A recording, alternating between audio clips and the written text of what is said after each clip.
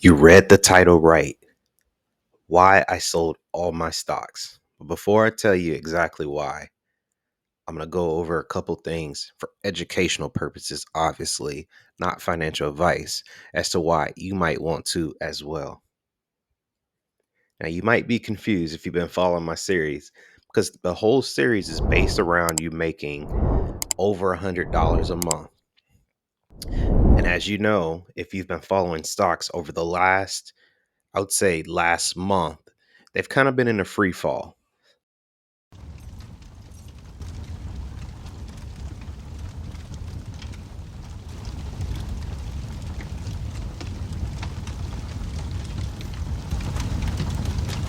The all-time highs are starting to look like all-time lows, and the particular stocks I have all been falling tremendously.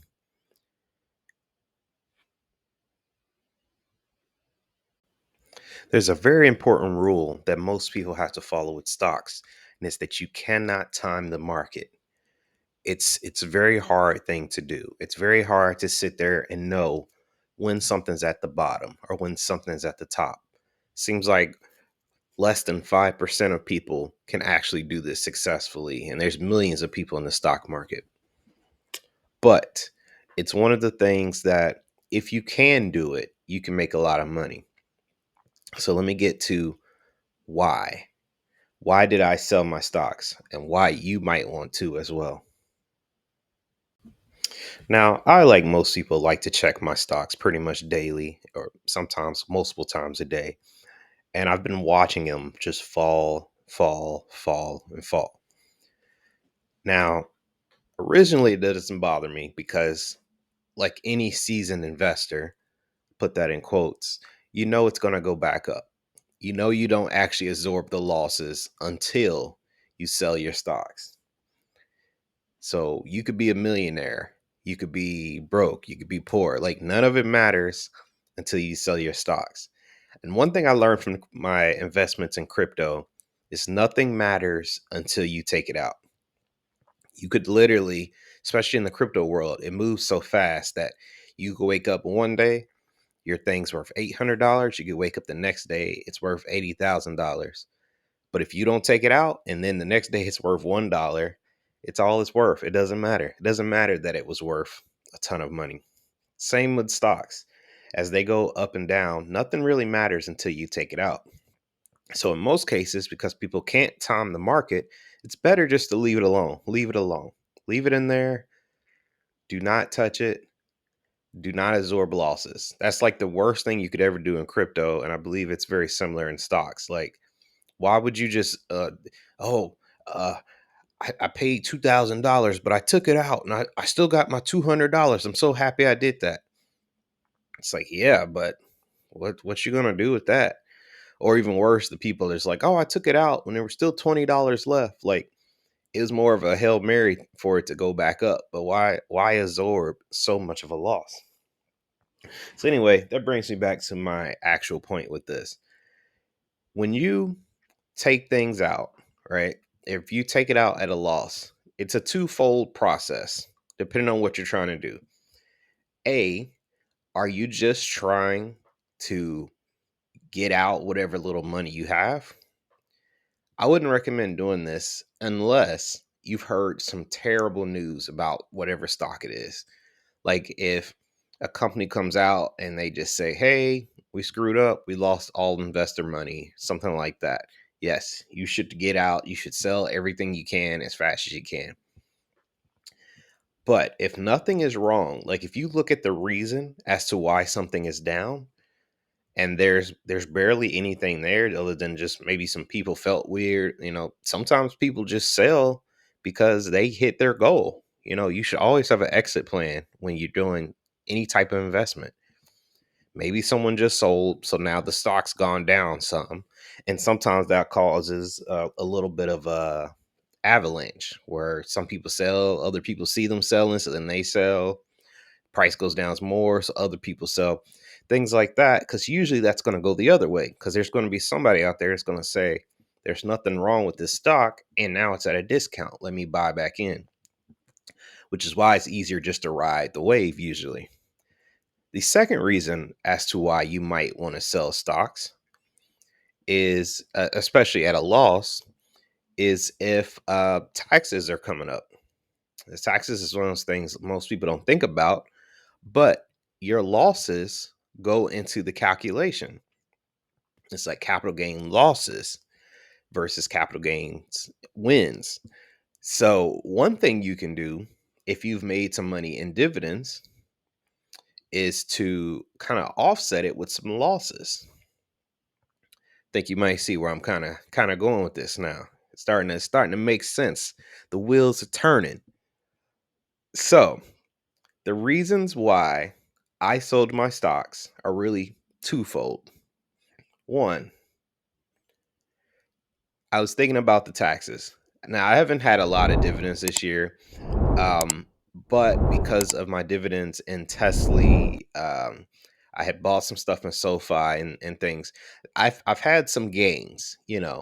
I haven't been taking out anything to actualize the actual gains, but I have been getting some dividends, and you have to pay taxes on all your dividends, especially the short term dividends and things like that.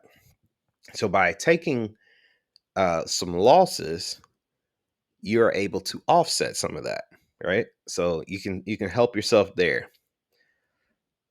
Number two, if you, let's say, sell your stocks and then you jump back in at a lower price, well, guess what? In a way, you've kind of dollar cost averaged. So that would be the second main option of what I did. I jumped in. I took some gambles. I'm not going to lie. But I, based on the projections, based on what they were doing, based on the economy, in most cases, I was able to look at my stocks and say, this stock that I'm down $800 in, I look at the price, I said, it's at least going to go down another 50 cents. It's going to go down another 60 cents. It's going to go down another dollar. So what did I do? I put in sell orders for what they were. I took the losses. If it was $800, if it was $200, if it was $20, I took the losses, absorbed them, actualized them, and then I put in a limit buy order at a lower price. And a limit buy order basically is me telling the system, I want to buy this, but not before it hits this price.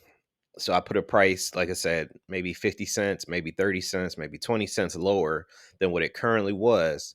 And when it gets there, it was buying back the stocks. In a lot of cases, I told it to buy back even more stocks because of just the difference in the money. It's like uh, my medical properties trust, I believe I bought back 571 shares, but I believe I only had, um, I don't know, 569 or something a little lower.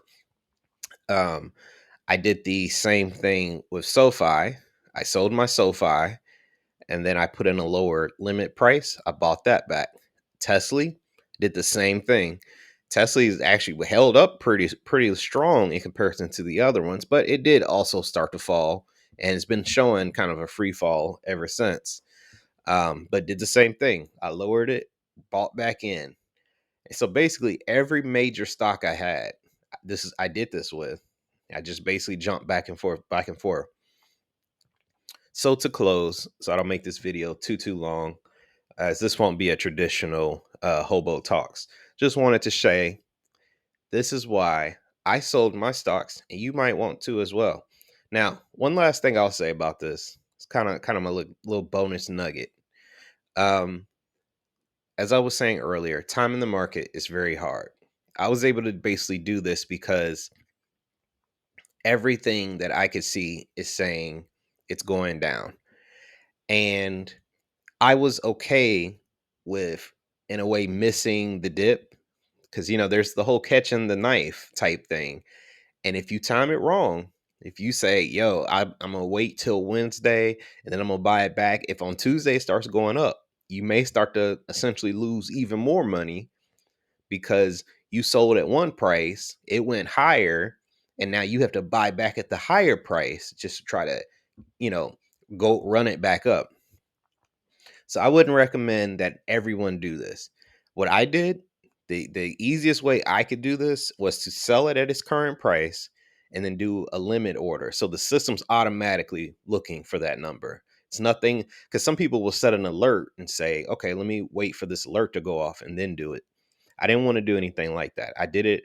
I just told the system to do it. If it goes lower than that, like, I'm okay with that.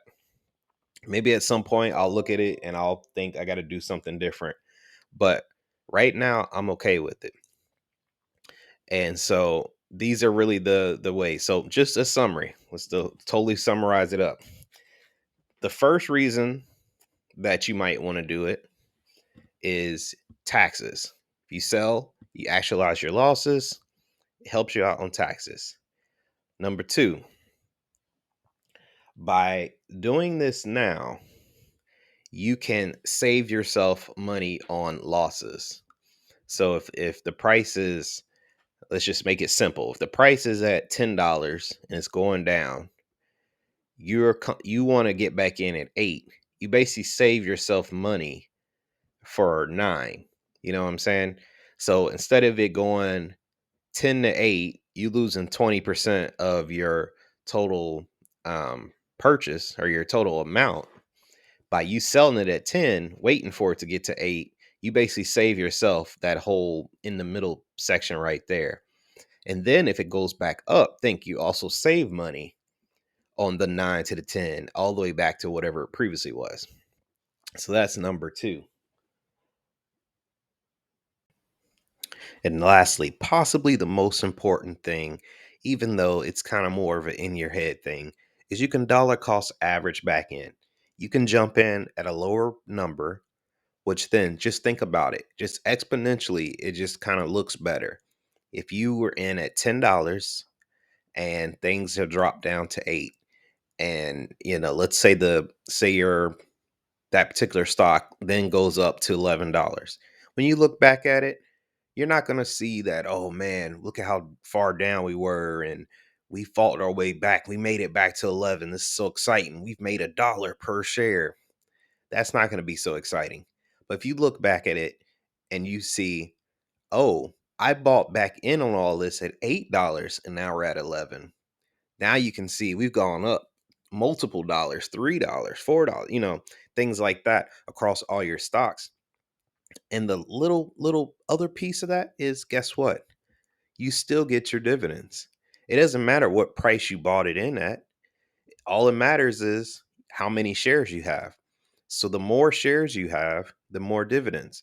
Now, even if the dividends get cut because the price is lower, think of it that way. If you bought in at $10, let's just say some kind of Hail Mary, they give you 50 cents per share because it's at $10, right?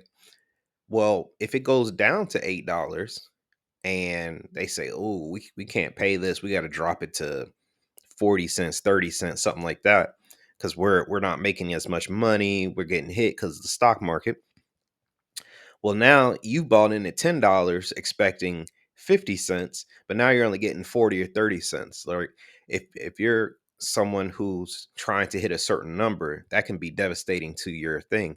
But if you buy back in at $8, maybe you'll look at that 30, 40 cents and say, yeah, you know what? That's still not that bad. There's so many times you get paid in a year. It's a certain percentage of your goal. That can work because you might could even buy even more shares because all of a sudden you have it at 8. You know what I'm saying? So you can really make things work. So anyway, thank you for watching my video. This is just basically an example of what I did. Once again, not financial advice, but I think you can see some little good nuggets in here as to what I did, why I did it, and to close out, I'm just going to show some of the examples. Thank you for watching. Please like, comment, share, subscribe, all that good stuff. You don't have to hit the bell, but I would appreciate a subscribe. Have a good day. In case you didn't know, I's a hobo.